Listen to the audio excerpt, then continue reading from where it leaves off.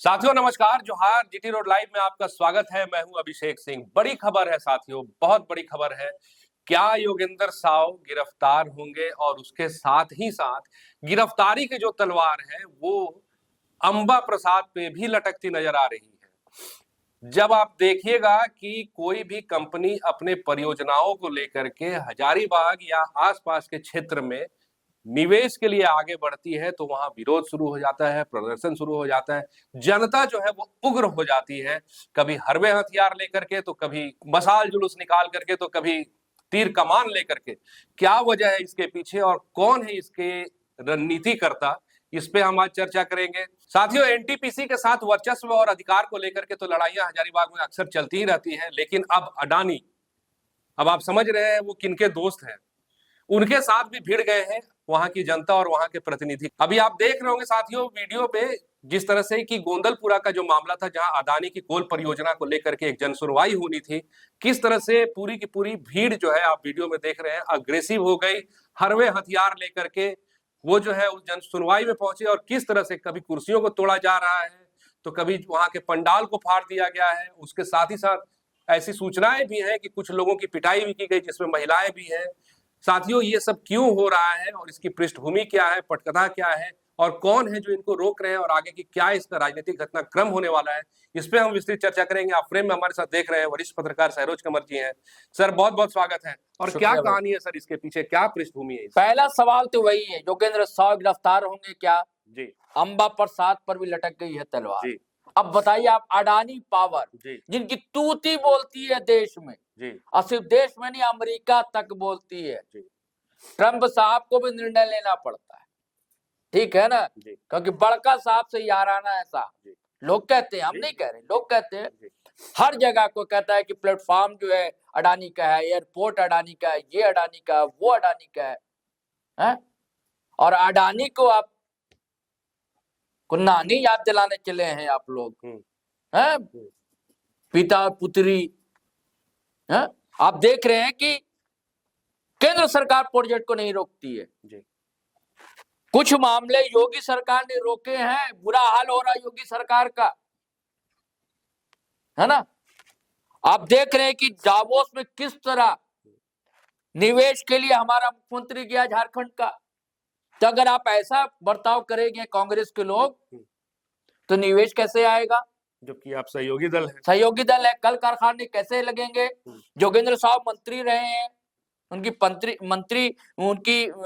उनकी पत्नी जो है वो भी विधायक रही है, उनकी बिटिया विधायक रही है, राष्ट्रीय सचिव है कांग्रेस की। तो ये हाल अगर संगठन के लोग, सहयोगी जो है पार्टी कांग्रेस सरकार में, वैसे लोग करेंगे तो निवेश लगाने से लोग तो गलत मैसेज जाएगा ना।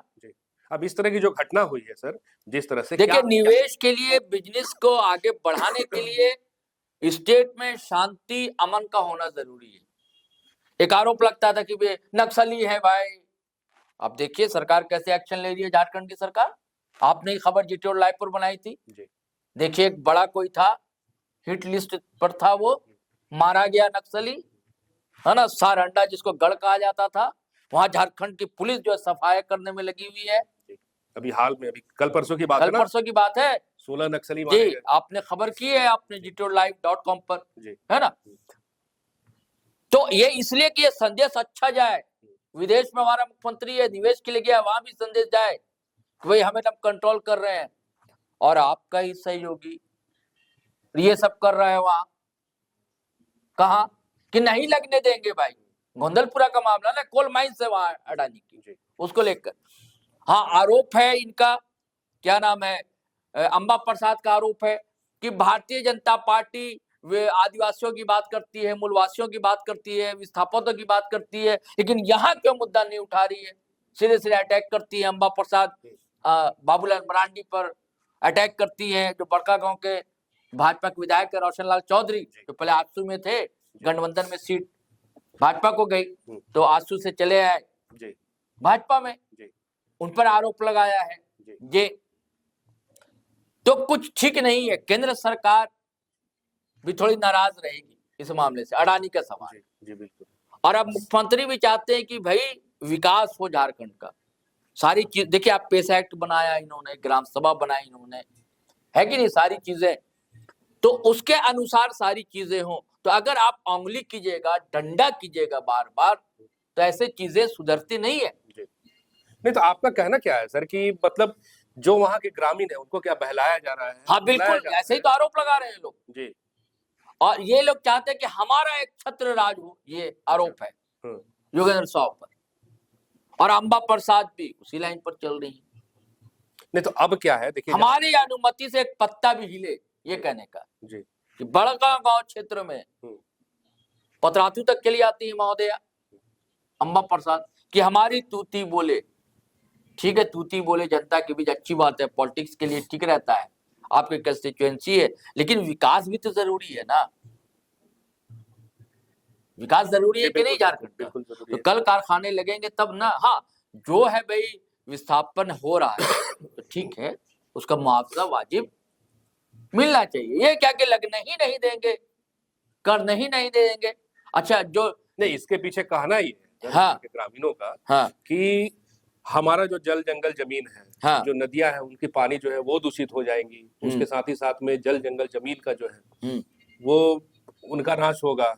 तो इन चीजों को हम मानेंगे? ठीक है ना, नहीं मानेंगे तो कोई रास्ता तो निकलना चाहिए ना। अब ऐसा एक्ट रूल क्यों बना है? रास्ते के लिए भी बना है, किसी का नुकसान भी ना हो, लेकिन विकास के पथ पर भी गाड़ी दौड़े। झारखंड की भी अब कब तक हम पिछड़े राज्य बने रहेंगे? मुख्यमंत्री का विजन है कि 2050 तक विकसित राज्य बनना है। जैसे मोदी जी का विजन है कि भारत 2047 तक विकसित और नहीं, देश हो जाए। जहाँ रिसोर्स है सर, जी, जहाँ खाने हैं, हाँ, जहाँ रिसोर्स है, हाँ, वहीं उत्खनन होगा ना। बिल्कुल होगा। तो रास्ता निकालना है कि भाई पर्यावरण नुकसान ना हो, जनता विस्थापन का दंश झेल रही है तो उसको आज वाजिब मुआवजा दिया जाए, इसको लेकर के इसको सरकार आपको और नौकरी दी जाए, एसओपी होती है। हाँ, नौकरी दी जाए, ये सब चीजें होनी चाहिए। तो अब अगर आप केंद्र को भी नाराज कर दीजिएगा, राज्य सरकार को भी नाराज कर दीजिएगा, राज्य सरकार में आपकी पार्टी शामिल है, तो ऐसे तो नहीं चलेगा ना। कुछ ना कुछ तो निर्णय लेना होगा। मैं देखिए, अभी ताजा मामला है, ये लिखती है अंबा प्रसाद, फिर सवाल उठा रही। हुआ क्या कि एक चैनल यूट्यूब पर पत्रकारिता लोग अच्छे लोग कर रहे हैं, तो ग्राम सभा है यूट्यूब चैनल, तो उसके पत्रकार पर नोटिस आ गई है थानेदार की। ये हमारे साथी आप लोग देख रहे इस नोटिस को, केरेडारी थाना हजारीबाग थाना प्रभारी ने भेजा है,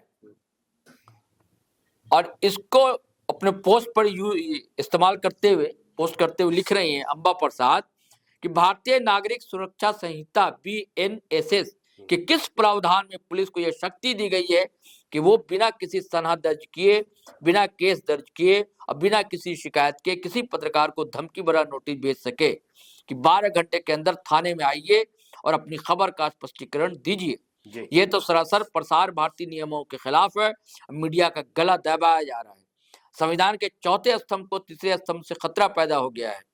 क्या राज्य के गृह मंत्रालय ने एक थाना प्रभारी को इतनी खुली छूट दे दी है कि वो BNSS से भी ऊपर उठ गया है और कंपनियों की दलाली करना शुरू कर दिया है? ये नोटिस देखिए, साफ साफ देखिए ना, दलाली करना शुरू कर दिया है। ये नोटिस स्वयं स्पष्ट करता है कि वीडियो में पुलिस प्रशासन की भूमिका के बारे में जो कहा गया था वो सही था। पुलिस खुद साबित कर रही है कि वो किस हद तक एंटी पब्लिक बन चुकी है। ये जनता के पैसे से वेतन लेते हैं और कंपनी के दलाल के रूप में जनता का दोहन और शोषण करते हैं। समझ नहीं आता है कि पुलिस प्रशासन की नौकरी ऐसी कौन सी लंका है जहां जो भी आता है वो रावण बन जाता है। जी, एक पत्रकार पर ठीक है कि पत्रकार के साथ ऐसा व्यवहार नहीं होना चाहिए, आवाज उठाने का उसको ये है, लेकिन जिस तरह ये सपोर्ट कर रही है, जो सवाल उठा रही है, महत्वपूर्ण वो है। जी, आप साफ करिए कि सरकार का गृह मंत्रालय, गृह मंत्रालय तो कहा जाता है कि हेमंत सोरेन के पास, किस पर सवाल उठा रहे हैं? अपने मुख्यमंत्री पर सवाल उठा रहे हैं। तो ये सब जो है संकेत देता है कि आपके लोगों पर पहले दबिश मारी जाती है ना, आपके लोगों पर दबाव बनाया जाता है ताकि आप चेत जाइए। और कई बार तो इनके यहाँ छापे पे पढ़ ही चुके हैं, कई खबरें आई हैं, इनके करीबी लोग क्या इनके यहाँ, इन लोग क्या छापे पड़े, गिरफ्तारी भी हुई है। हाँ गिरफ्तारी भी हुई है। तो फिर जो है ऐसा लग रहा है ये सारा सिचुएशन ऐसी बन रही है कि क्या ठिकाना। इस आशंका को बल मिलता है कि योगेंद्र साव या अंबा प्रसाद किसी की गिरफ्तारी हो सकती है। इस पर अंबा प्रसाद का भी तो कोई बयान आया होगा ना सर? अरे बिल्कुल बयान आया है भाई, गुस्सा हो रही हैं जी, नाराजगी दिखला रही हैं और अपने ढंग से अपनी बातें रख रही हैं। हम चाह रहे हैं एक बार जनता को हाँ, सुना दें। बिल्कुल सुनवा साथियों, देना एक बार आप सुनिए जरूर कि अंबा प्रसाद ने इसको लेकर के कहा क्या है, फिर हम आगे की बात करते हैं। विरोध प्रदर्शन चल रहा है और ये मतलब अवैध मांग नहीं है, ये सारा वैध मांग है। हम तो चाहते हैं कि हमें कहीं पे भी बुला के आप सवाल कीजिए कि हम कहाँ गलत है, या फिर कहीं पे भी हमको या मेरे पूर्व मंत्री श्री योगेंद्र साव जी को, पूर्व विधायक श्रीमती निर्मला देवी जी को, या कोई भी रैयत को आप बुला के बोलिए कि तुम ये गलत कर रहे हो, गलत मांग है, तो हम मतलब कोई भी प्रेस कॉन्फ्रेंस उसके बाद नहीं करेंगे, क्योंकि लोगों के साथ गलत हो रहा है। और हम लोग जो भी पॉइंट रेज कर रहे हैं, जो भी बात आप लोग के पास बोल रहे हैं, सब लीगली बोल रहे हैं, कागज पे बोल रहे हैं। इसका जवाब अगर आप ला सकते हैं तो आप लेके आ जाइए, फिर हम मान जाइए कि हम गलत है। इसीलिए अगर नियम से काम नहीं होगा तो हम लोग तो विरोध करेंगे। हम लोग सड़क से सदन तक, कभी भी पब्लिक के साथ जमीन तक हम लोग बने रहे। कभी ये नहीं है कि हम लोग बस कोरम पूरा कर दिए अभी जो स्थानीय विधायक की तरह कि हम लोग विधानसभा में मामला उठा दिए बोल के तो मेरा काम पूरा हो गया और पलड़ा झाड़ लिए। अगर सरकार नहीं सुन रहा है, अगर प्रशासन नहीं सुन रहा है, नहीं काम कर रहा है, तो हम जमीन पे भी जाते हैं और पब्लिक के साथ लड़ाई भी लड़ते हैं। जनप्रतिनिधि का ये काम होता है। आपके पिता के धरना तो वो है जो एनटीपीसी से अपना घर बनवा रहे हैं, जो क्लासिक कोल कंपनी, पूछिए कि किनका है। इनके भाई चंद्र प्रकाश चौधरी जी उसमें पार्टनर हैं और ये भी उसमें। अब वो इतना सारा काम पतरातू में लिए हुए और इतना घटिया काम हो रहा है, वहाँ पे पूरा करप्शन देखने को मिलेगा। ये कभी भी आवाज नहीं उठा सकते उसके खिलाफ। आप इनको जो बोल रहे हैं कि भ्रष्ट है, यही लोग मिलके मेरे घर में ईडी भिजवाएं। आप सोचिए कि दिल्ली में मुख्यमंत्री जी को नहीं छोड़ा गया, अरविंद केजरीवाल को, उनको जेल डाल दिया गया। झारखंड में हेमंत सोरेन जी को जेल डाल दिया गया। तो हम क्या उससे भी ज्यादा पावरफुल है? हमको क्यों नहीं जेल डाला गया? हाँ, क्या इतनी सारी कंपनी से लड़ेंगे तो? और ये लोग जनप्रतिनिधि लोग जो है बीजेपी वाले, ये लोग ही तो भेजे हैं मेरे घर ईडी, लेकिन आज तक कुछ नहीं कर पाए ये लोग, क्योंकि हम लोग कहीं पे भी गलत नहीं साबित हुए। और जो भ्रष्ट बोलते हैं पहले अपने गिरेबान पे झांके कि वो क्या कर रहे हैं, एनटीपीसी से घर बना रहे हैं, सारा सेटिंग कर रहे हैं। टोकी सूद में भी जब वहाँ पे मतलब पर्यावरण लोक सुनवाई हुआ, 21st सेंचुरी जो कंपनी आई, उस समय पूछिए कि ये कहाँ थे। विधायक लोग को चिट्ठी मिलता है, इतने इम्पोर्टेंट बैठक में ये लोग नहीं जाते हैं, पैसा लेके सेटिंग कर लेते हैं। तो भ्रष्ट ये लोग हैं कि हम लोग हैं? हम लोग पब्लिक के लिए लड़ाई लड़े हैं, पूरा परिवार जेल गया है, हम लोग सब झेले हुए हैं। राज्य बदल 7-7 साल जेल माता पिता रहे। पूरा मेरा विधायकी के कार्यकाल में 3 साल तो हम अकेले घर में रहे, पूरा मेरा परिवार जेल में रहा है।